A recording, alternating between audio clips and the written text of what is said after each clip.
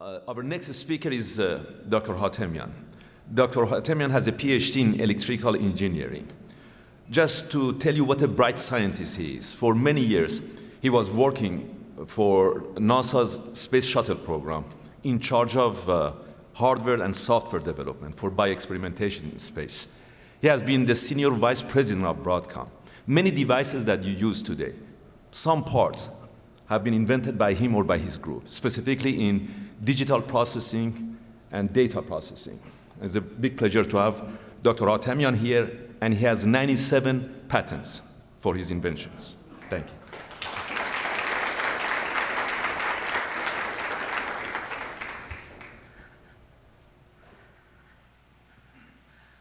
Thank you, Dr. Nozeri. I know your job is to embarrass me, and you did. So don't believe everything he says about me. I don't know why you do that to me. I don't know. Okay, so 2 years ago, by the way, good news is, like after this talk, there's brunch, so there's happy ending to this talk. So make sure you last through it. 2 years ago, can you hear me from this mic? Because if I don't walk, I can't talk. 2 years ago, there was a whole symposium, and some of you probably attended. How many people attended that? Oh, good. You're all loyal. That's great. On the entire cancer program, some of which Dr. Gambari described and went over, and we had a number of talks, I think 4 or 5 talks on different aspects of it, what it is, the theory, all kinds of things. At that point, the human phase 1 trial was not really completed. We didn't have all the data we have today. And I thought, although the title of my talk is Universal Cancer Screening, can we get there? We'll answer that at the end. But I thought I'd do a recap of what we had previously talked about, and specifically the particular target that Dr. Gambari mentioned, which is really the central element behind this whole program and why it works and everything else. And so I thought I'll do a recap and use a few slides to go over that and the data, and then we'll switch to the cancer screening, which has become my personal passion. So as Dr. Gambari mentioned, this cancer program revolves around this target and this enzyme, which is called human spartyl asparaginal beta hydroxylase. You're not going to remember that. There's no need to remember it. HAAH. But a better name I've come up with is health and absolute happiness. Because if we manage to do this, we will arrive there. We are not done yet, by the way. This is not advertisement. This is not to say, hey, we got it. We don't have the cure. We really need to wait for phase 2 to be completed before we can really talk about this. But something that's really great about this program, which has been really giving me joy and happiness every single day I wake up, is the fact that so far, everything that was predicted and predicted by Dr. Gambari has happened, right? So there's a good chance that throughout phase 2, the rest will happen. But again, I need to emphasize, not until that has happened. We're not making any claims in here. That has to happen before everyone can use it and everyone can see the results, all that good stuff.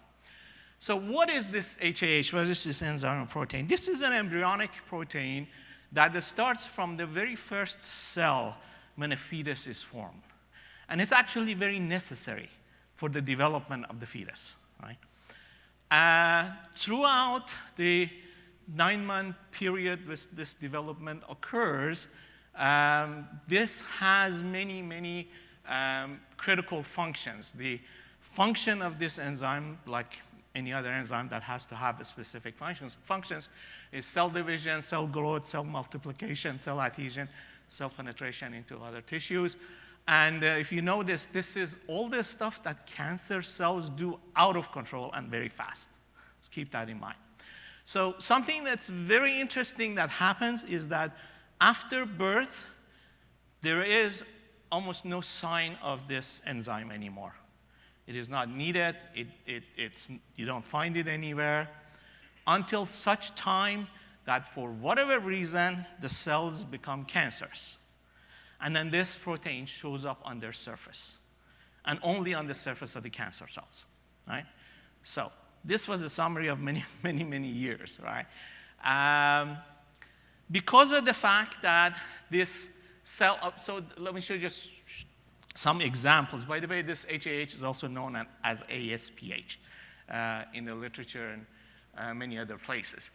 The expression of this protein on the cancer cells has been observed over the years in many, many tissue samples, greater than 1,000 specimens. And the pictures I have here are from, because you can see different cancers: lung, colorectal cancer, stomach cancer, cancer of liver, prostate, go on, cancer of colon, breast cancer, and bile duct cancer.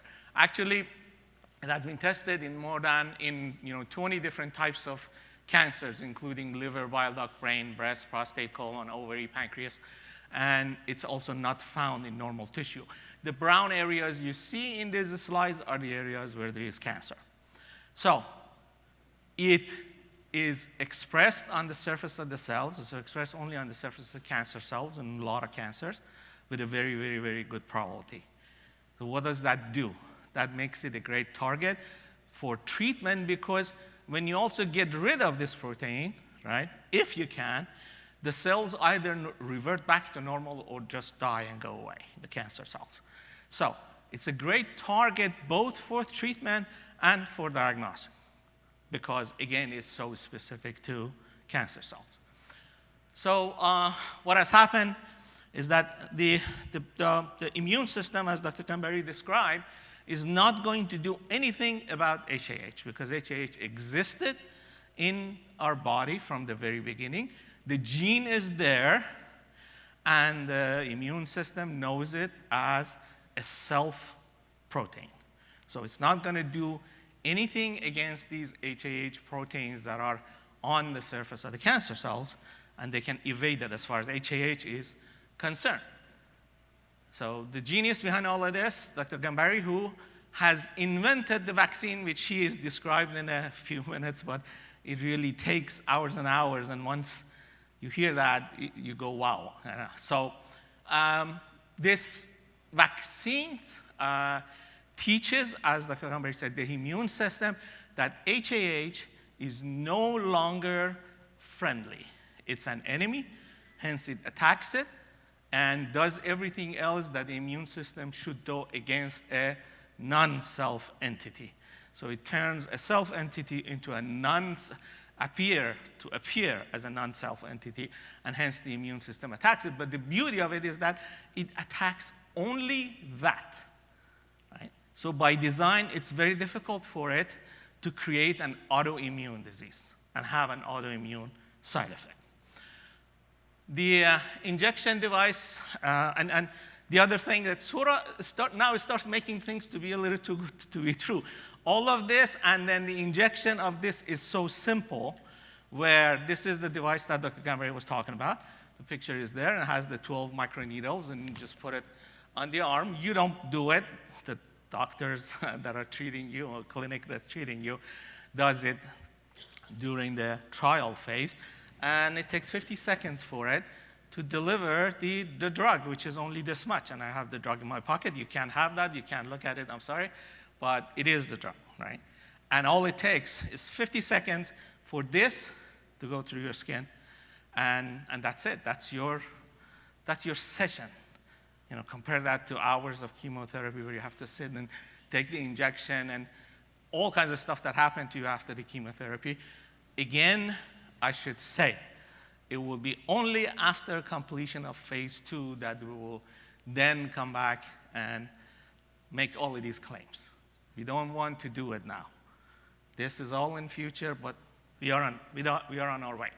So that's the beautiful thing about the injection part. This injection device is fabricated, made for this vaccine by 3M Corporation, and it's used in the trial. So a little bit about the clinical trial itself. As Dr. Gambari mentioned, the phase 1 trial is now completed. It was on prostate cancer. It was on patients that had a relapse after the removal of prostate, and 12 patients within ages of 59 to 85 were in this trial. As far as we are concerned, as far as we can tell, this passed with flying colors. The main reason you do phase 1 trial, as most of you know, is for safety but not efficacy. You have to show that your drug is safe. You determine the dose of the drug that you're going to use later in your phase 2 and all of that good stuff. So from safety point of view, this has had 0 severe adverse effect, SAE. 0, nil. That's related to the drug. It has had a couple of patients that have what is categorized as adverse effect, which is not severe ones, like you might have a joint pain or something like that, that depending on the people who are doing the clinical trial and the doctors who are doing the treatment and all of that, if they choose to categorize that as a side effect of the drug, it will be categorized as such. It's not even clear that it's that at that point. But as far as severe adverse effects, which I don't know, I can't say this for sure because I haven't gone and researched all of the trials of all the cancer drugs, but I find it hard to believe if you find many cancer drugs where they come out with 0 severe adverse effects. So that, of course, and that was entirely predicted by Dr. Gambari and everybody else on the team, right? After all, this vial that I showed you has only 20 micrograms, correct me if I'm wrong, whether 20, 10, 15, 25, of the target. Only that much, right? So it's kind of natural for it also not to generate a lot of side effects, right? Now, you can say it will be only important if it also has efficacy. It shows something. Otherwise, there are a lot of compounds that you can inject in your body and won't have side effects. But can it also have any efficacy? Which, again, in this trial, it has shown great efficacy. 8 out of the 12 prostate cancer patients actually reacted positively to this. It showed evidence of the self-tolerance being broken. These patients, to the best that we know, they're all living happily now. Some of them, if I'm not mistaken, are still taking the drug.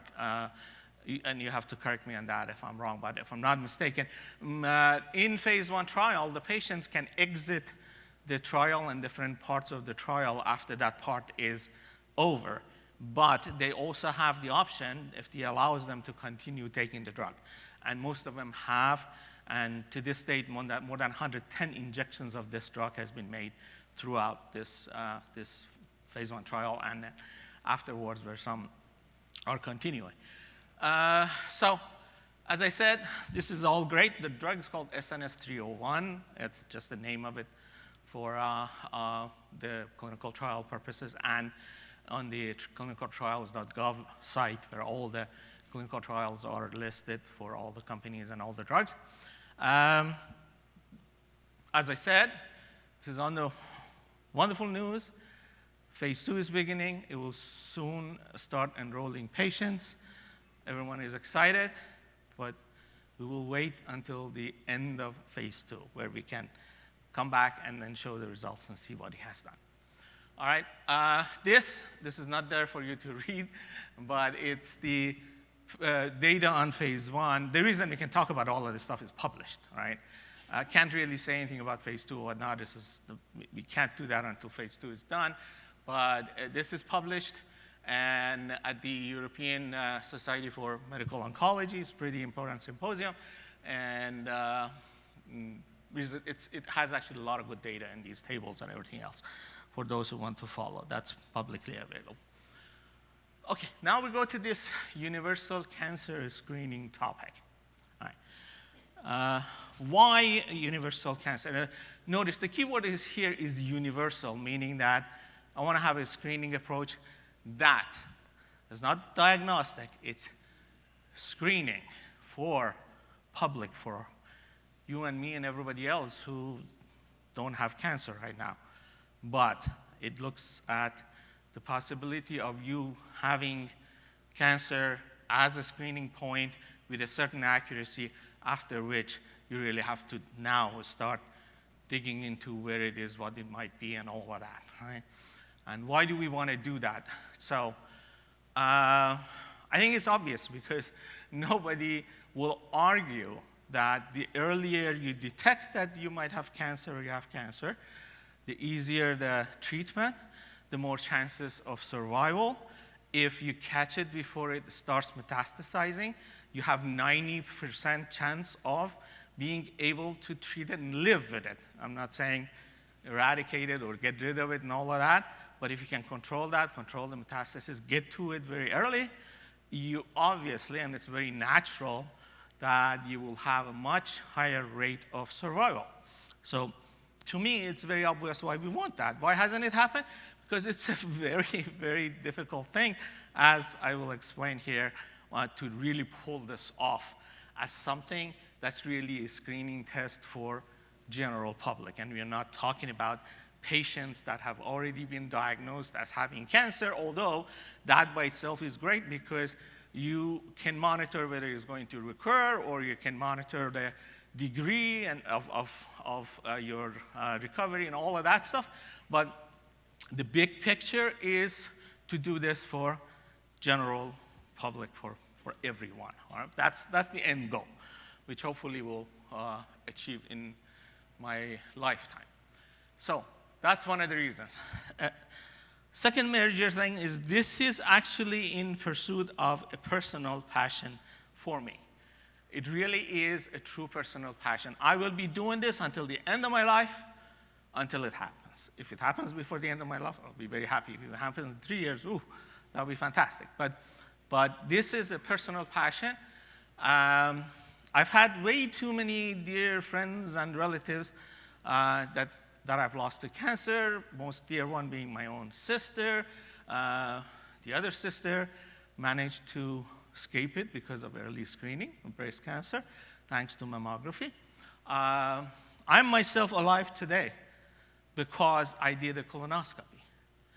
And I happened to do it at a time where they took 12 polyps out, and 4 of them were precancerous. So 3 years from that point, I would have been dead if I had not done that colonoscopy and the procedure of removing the polyps. Very simple. If I had just missed that, right? If you're over 50 in this audience, you haven't done a colonoscopy, you really owe it to yourself to do it. Go arrange it tomorrow. It is extremely, extremely critical that you do that, at least for cancer of colon. So for 6 years after that, every single year I did colonoscopy. And every single year there was 1, 2, or 3 polyps that was taken out. Okay? Until some such time where there was no more. And then at that point, the clock is, okay, 3 years from now, which is ironically within the next couple of weeks that I have to go be screened again. If it was up to me, if the procedure was so simple, if it was non-invasive and all of that, I would do it every month. Why wouldn't I do it every month if it was a 2-minute thing to do? And that's the end goal, to get there with that. Again, it's a very, very big end goal. Takes a lot of work and hopefully with some luck, and it will take time, but it will happen sometime in the future. And so this has indeed become really, truly my passion for life, and this is not a joke, right? I spend time on this 15 hours a day, and I'm still extremely happy, never tired. I get up in the morning, I can't wait to get to my setup to start digging into this and try to learn. And a lot of it is learning more and more, obviously, and not just doing things. A little bit of a world map of cancer. This is the number of people with cancer. This goes back to 2016 in the world. And you know this, our beloved United States with that dark blue color wins the prize for having most number of people. This map is a little bit unfair because so places where are highly populated you're going to have more people. So the right thing would be the percentage of people. But here, again, we win, and we have one of the highest percentages of people who have cancer and get cancer every year. So, you should try to find regions. If I go back to the previous slide, you see China is pretty bad in that slide, but in this slide is a little better, because now this is what percentage of the people that have cancer. And this is, of course, awful. This one chart is number of people with cancer by type, right? And the reason I show this is because it's very, very clear for the first three on top, those bars, breast cancer, colon, rectum cancer, prostate cancer, those 3 and 4. If we can make a dent in that, we've covered more than 80% of it. So it's very significant. So when I say universal, of course, the ideal thing would be to cover any cancer.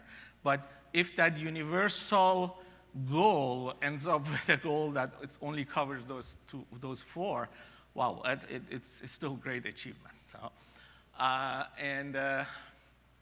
this one we can skip. This chart is interesting to me because this shows the 5-year cancer survival rates in the United States. And so there are, I guess, various reasons why each one falls under the category of, we all know pancreatic cancer is the worst and has the worst survival rate. And each one has its own reasons because the drugs work on one better than the other.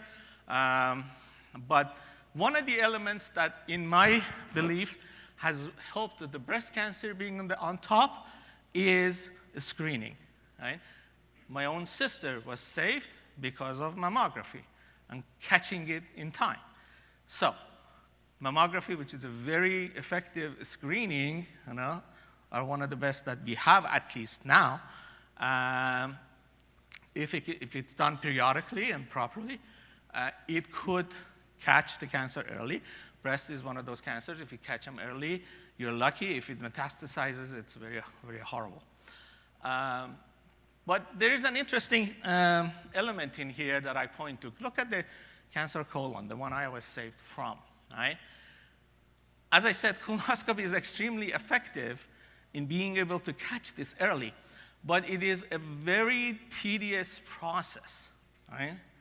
And people just don't do it. Not only that, they don't do it really that regularly. Not only that, insurance never pays, even if you were willing to go this 2-day process of preparing for it. Prepping for it is worse than the actual procedure itself, and for some of the procedures, they even put you out. So that's not something that you can do very regularly. The onset of cancer is something that you cannot predict. So if you have a random event, what is the best way to catch it is to sample it as often as you can. However, that sampling, which I call the screening, must be something that is practical, doable, and I'll get to the list of what constitutes that. Again, just stating the statistics, with 1.7 million, more than 1.7 million people were diagnosed with cancer in 2018, and more than 609,000 people died in 2018. That is 15 plane crashes every single day. That's how many people died of cancer in 2018, and the list of, it's all obvious stuff, so I won't spend time on it. And what is out there as far as what screening tests are available today, right, that you can rely on perhaps? So, of course, on top, I said cancer, colon, and colonoscopy. I won't go through details of these lists. Lung cancer with the low-dose CT. But even that, the Lung Cancer Society has doubts whether that's really effective screening. Mammography for breast cancer, as I said, and Pap test for cervical cancer. But these are just about the only 4 that are known to reduce cancer deaths. That's not my words, but this is really a collection of data that I have summarized here.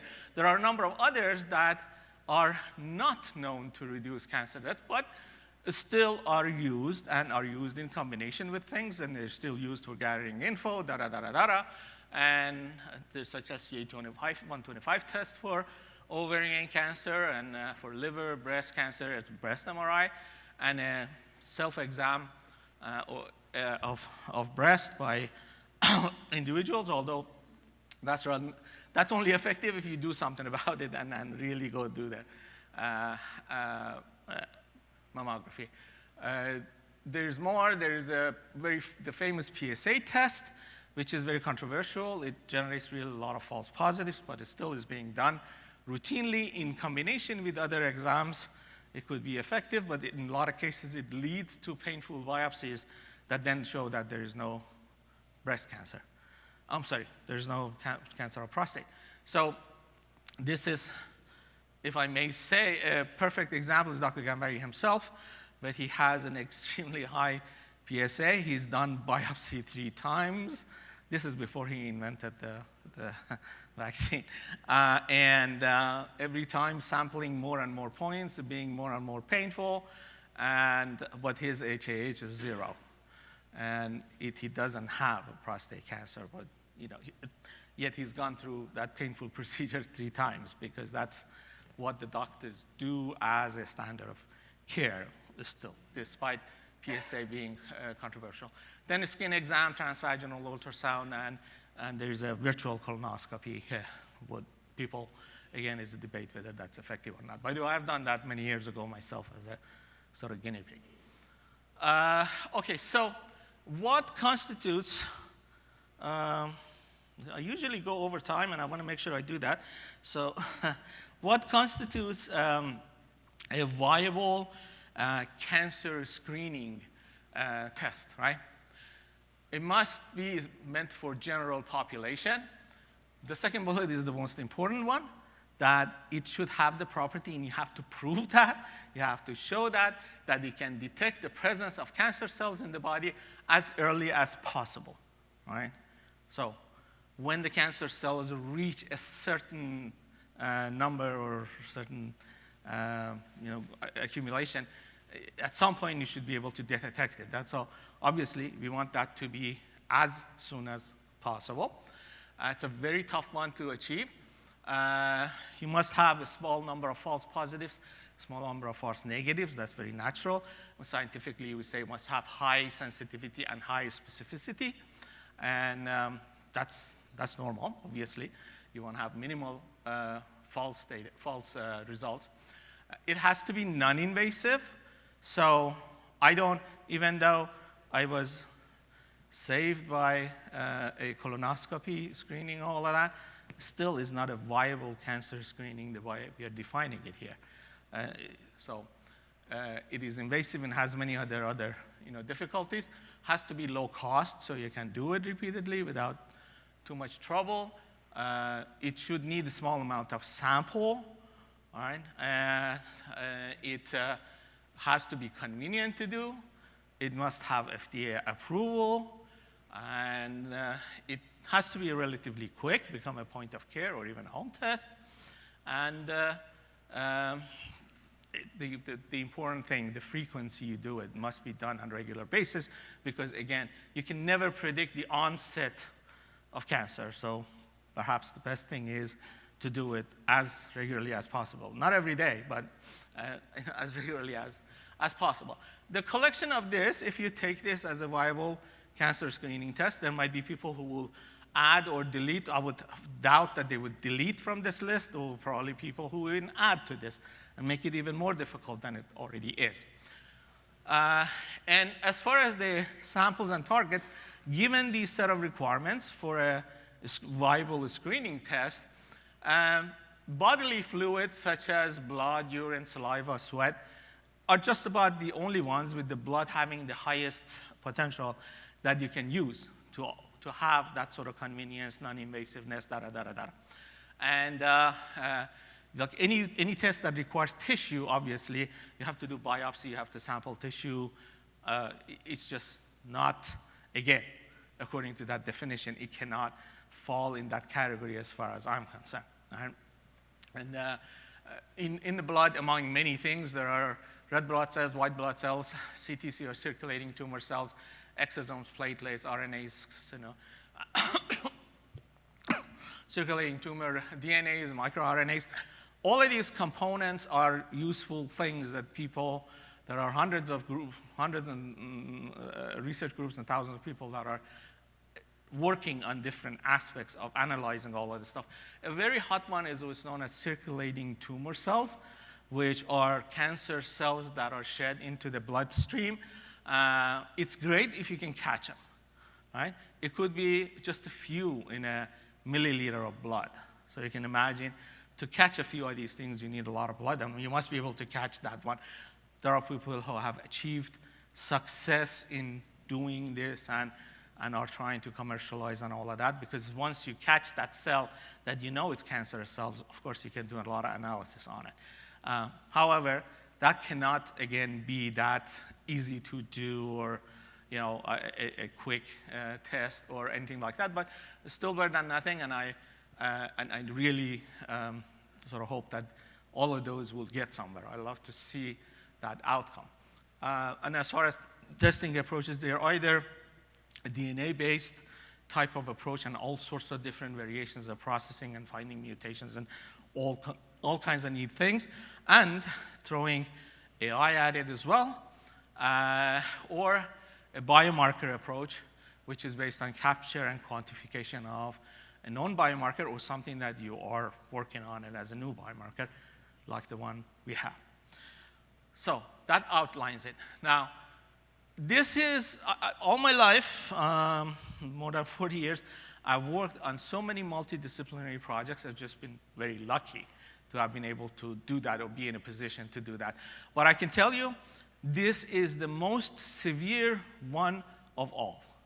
It truly needs, as a mix and interplay of all of these fields, biology, chemistry, and electrochemistry, nanoelectronics, nanomaterials, integrated circuit design, microfluidics, mechanical design, signal processing, software and secure communication system engineering, FDA regulatory expertise, that's very important.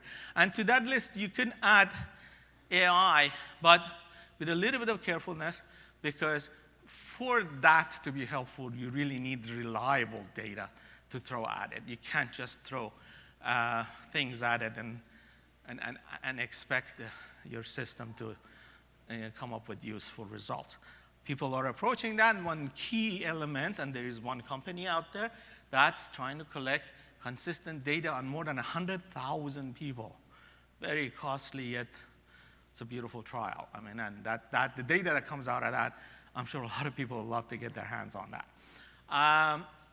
So it's a mix of all of these, and really not until you start doing it will you realize that you really need all of these things. And it is not that you need it where you have one person that knows this, another one that knows that. It's got to be the right team. They have to have this mentality of being multidisciplinary and being curious enough to dig into these other fields that are not their own expertise, a lot of studies and all kinds of things. You really have to start doing this to realize how important. I don't think building spaceships and sending them up there and back really requires all of this stuff, right? That's a very difficult task. This is extremely difficult too, right? So it should be taken very, seriously. I mentioned microfluidics in this slide.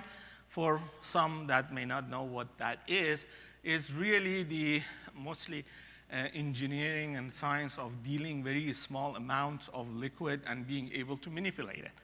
Because once you can do that, then it opens up your hands in to do automation, to deal with the small samples, not to require a ton of blood to do things, And this whole field of microfluidics in the last 10 years has made a really great progress.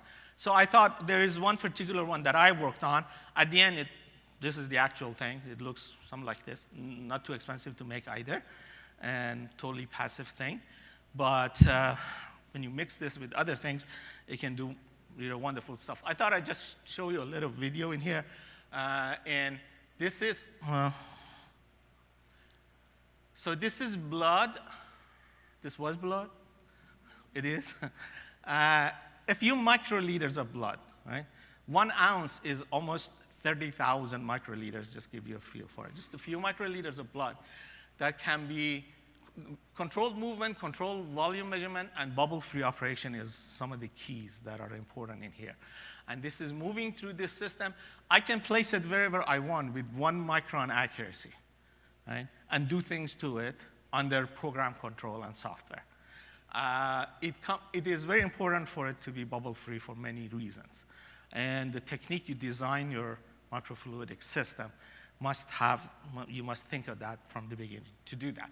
And as you see that it is filling that cavity to do things in that cavity with it later, it just fills it up very uniformly. And as I said, that movement can be controlled down to about a micron with programmability, with software programmability. And it's something very neat. Once you get your hands on it and you start working with it, then you get ideas. You really have to do it to get ideas on what to do with it next. So what are the difficulties in doing this? You need immense number of experiments. You're dealing with human biology. Anything that you deal with is statistical. You really need to carry out many experiments. You need to show consistency, repeatability, all kinds of stuff that you have to go through, and these all take time. One of the things we're trying to do is automate a lot of this, so it makes the data collection easier. You have to have public acceptance for this test. Show of hands. If I told you that there is someday in the future an FDA-approved test that you can do yourself to find out whether you might have cancer, by the way. So I'm telling you, for example, this is 90% accurate. That says with 90% chance, you have cancer. How many people would do this by themselves regularly? Well, this is very encouraging. I like that because I expected only. Why? Because we do have this fear, speaking of unknown and fear, that